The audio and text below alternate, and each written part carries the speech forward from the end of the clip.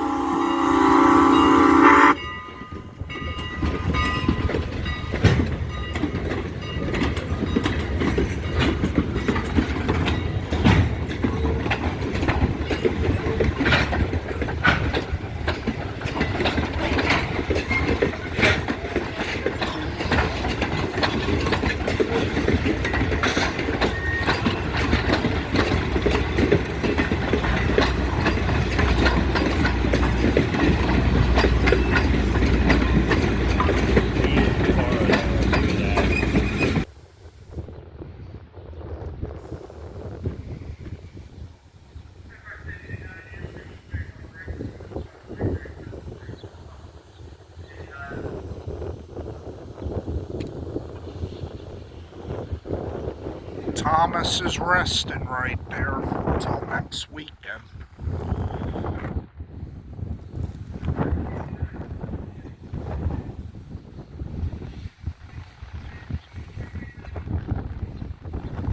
They're coming back. That's what I'm listening to.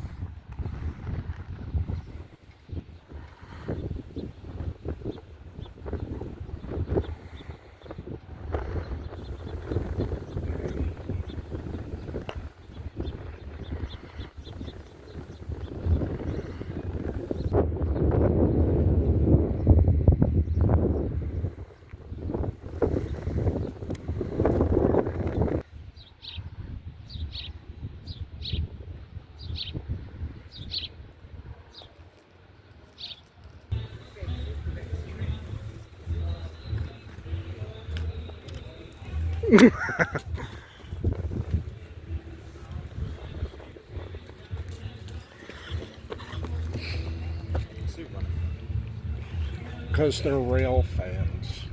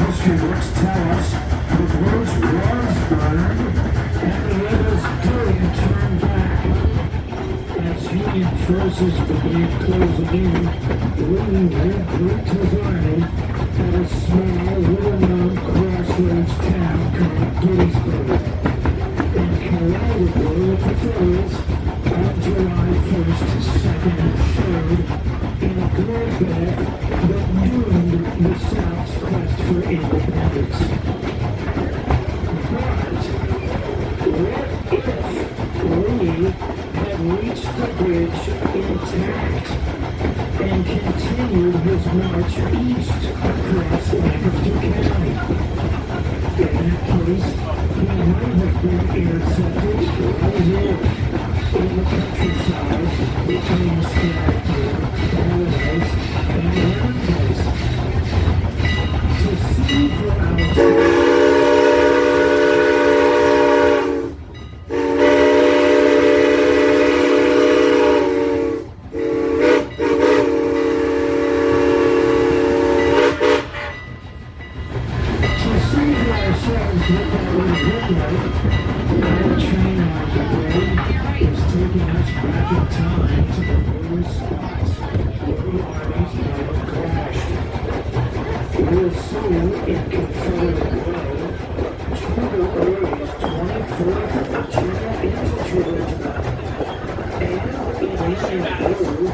Ole Lancaster's Army John Reynolds, the 16th Maine, the 142nd Pennsylvania, and the 6th Green.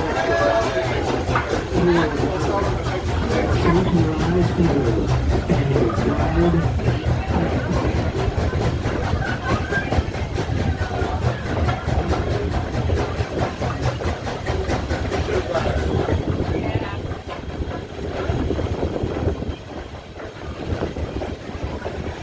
There's that gun.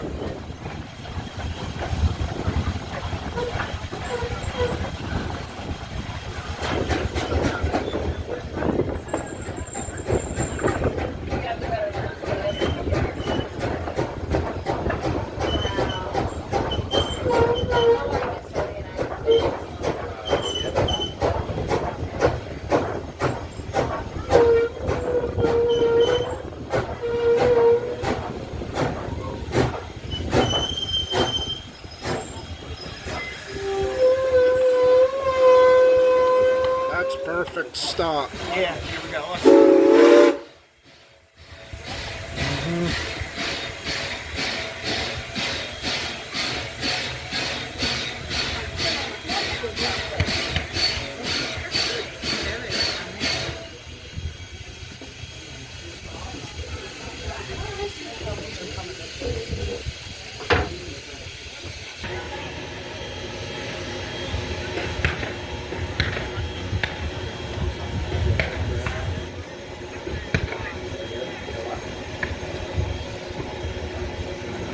What you're watching was in the summer of 1863, no less than the fate of a whole continent in the balance.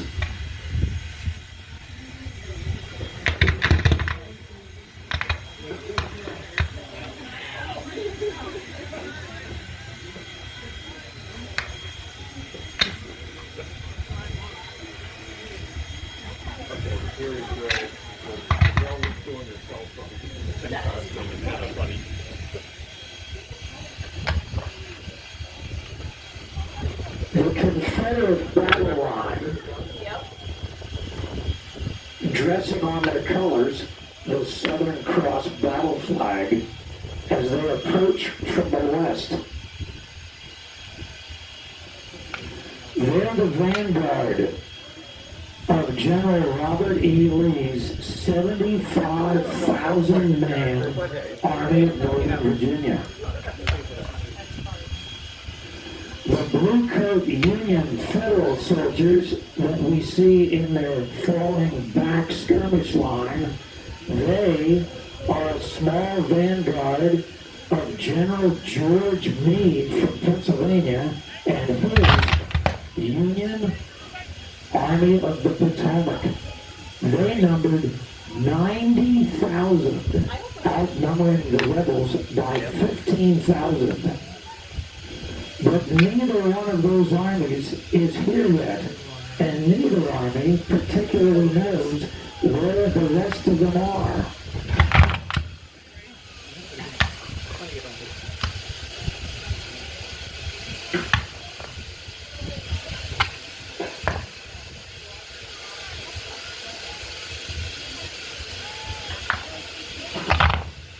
For our younger guests on the train today who may be confused about what it is they're seeing out the train windows, no one is actually firing real bullets at each other. It's only a reenactment of events that might have been in the summer of 1863. They're firing only gunpowder blanks at each other.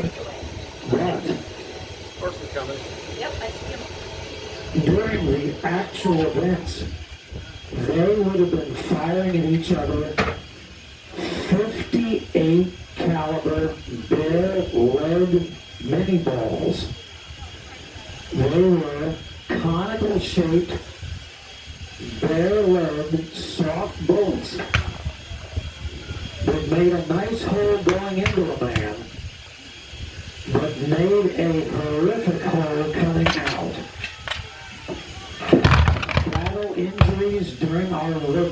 States were no less than nightmarish. Wow.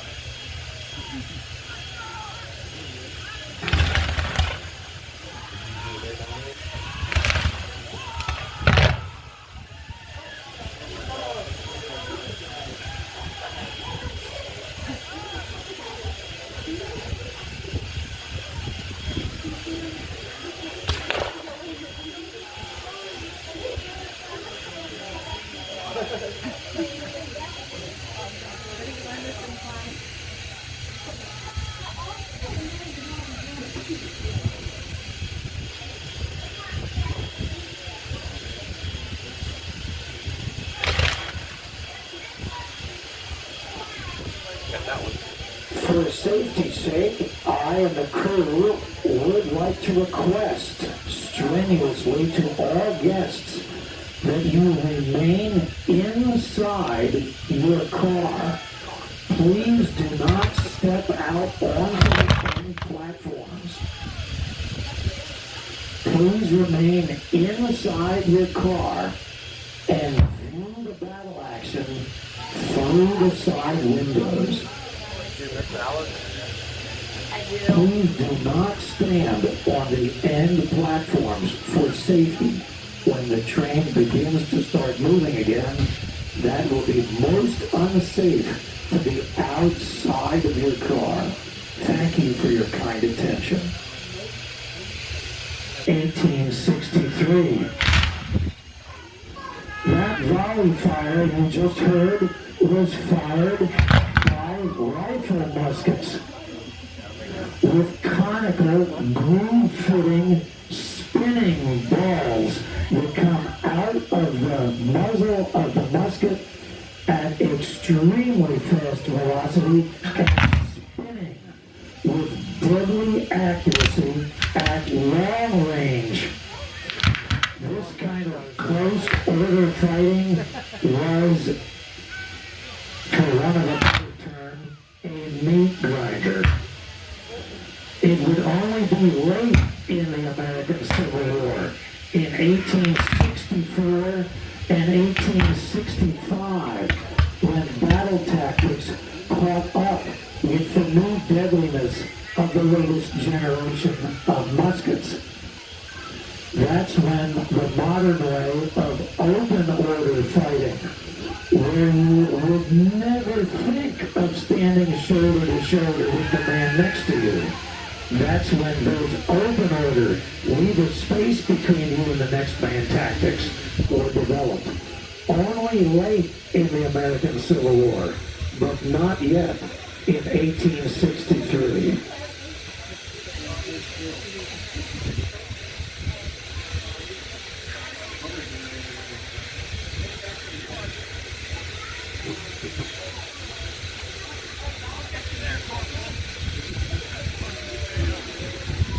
Please ignore, out the running left side of the train, that strange contraption which does not appear to have any horse or mule team leading the way.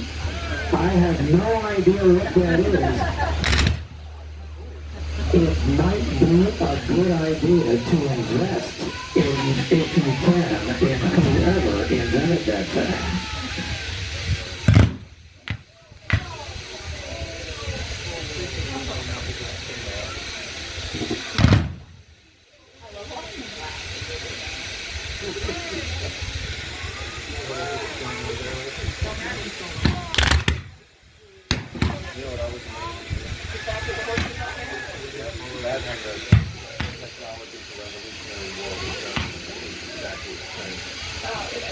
For those of us seated in the west end of our train, closer to East Strasburg Station where we first departed, you can see now that the action has passed by as the rubber battle line has pushed the fellow skirmishers farther east.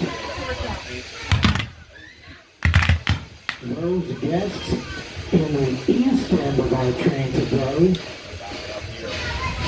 can see that the tide of battle currently is going in the favor of the Confederate States of America, so-called.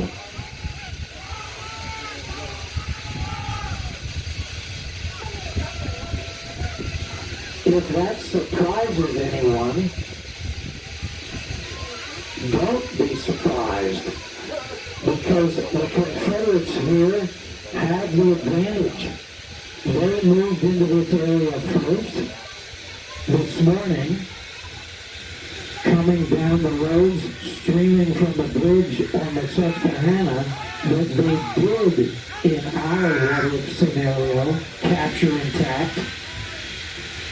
And it's the Federals that are playing catch-up, trying to intercede and get the and their objective in Philadelphia.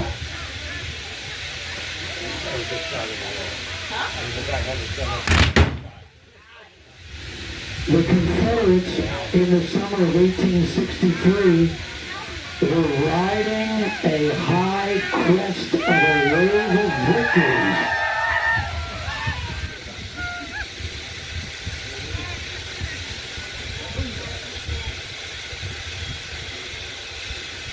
In fact, General Lee has developed around him and his army something of a mystique of invincibility.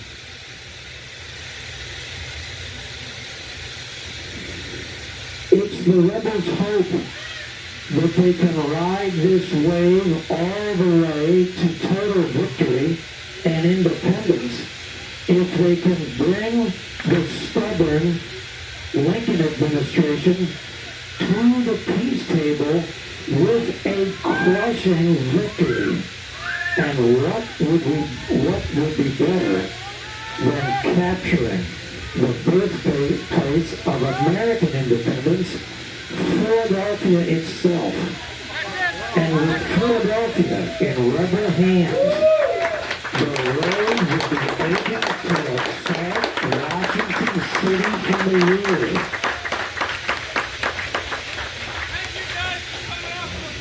With the growing peace movement here in Pennsylvania and elsewhere across the North, it was Lee's gamble that with a big enough victory, public opinion would turn against the Lincoln administration and force him to sue for peace on the only terms the Confederacy would accept, and that was total independence in the old spirit of 1776. What we witness today is how Lee's gamble for independence in 1863 might have turned out differently if we change only one not so minor historical detail. The bridge had spread.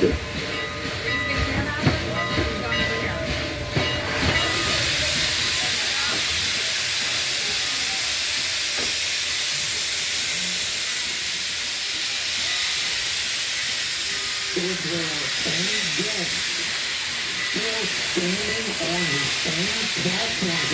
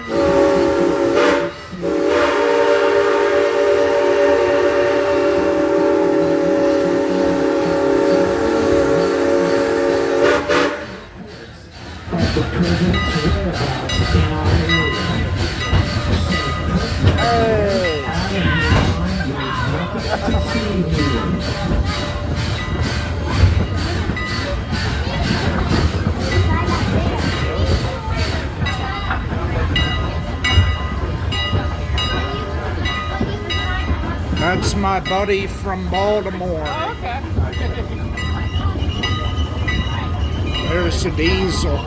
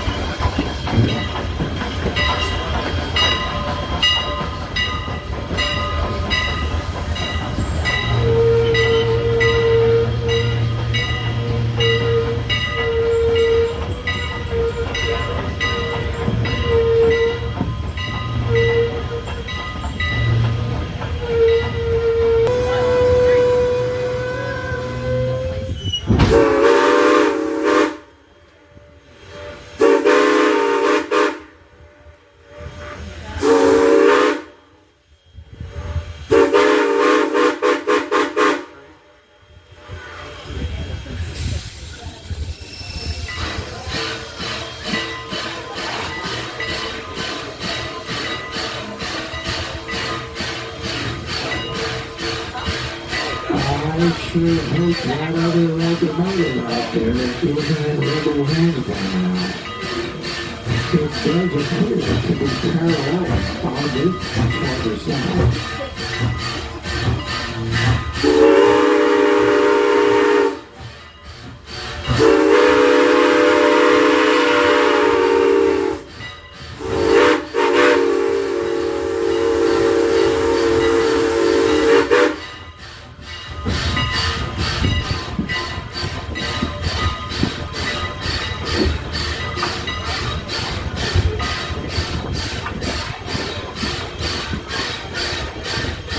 Carpenters.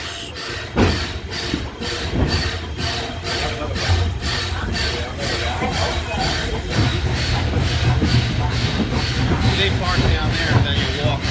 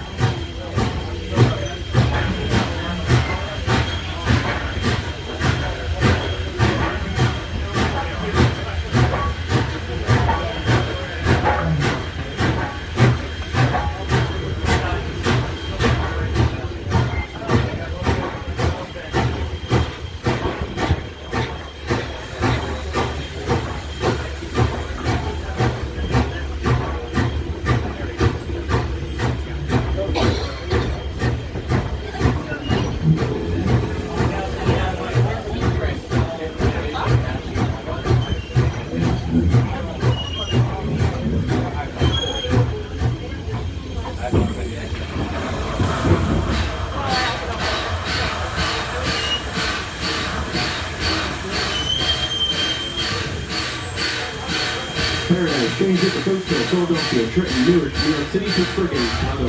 So, of course, if you work access against that ancestor and others, everyone just off course north 6 go down. Left up that train runs past us at a top speed of 110 miles an hour, not slowing down for the wink of an eye. Even though we are stopped here in Paradise, we ask everyone to please remain inside your car sports at all times. Do not walk between cars or sit on a platform. We also ask everyone to please remain fully inside the cars with no hands, arms, feet, or legs sticking out. Particularly the sailor in the blue shirt in car 58.